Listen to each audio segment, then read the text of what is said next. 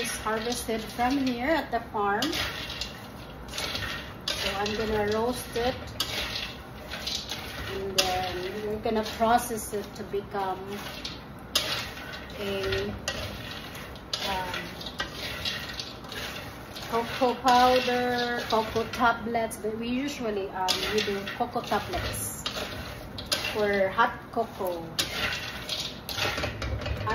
hot chocolate drink, hot cocoa.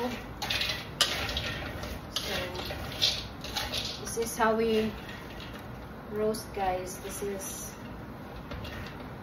That is the cacao bean. So we roast it, and then when if it's roasted, we crack it, and then look at that inside, and it become like they said niblets. So this is where your chocolate came from, guys. I don't know if you can see it. So that's where your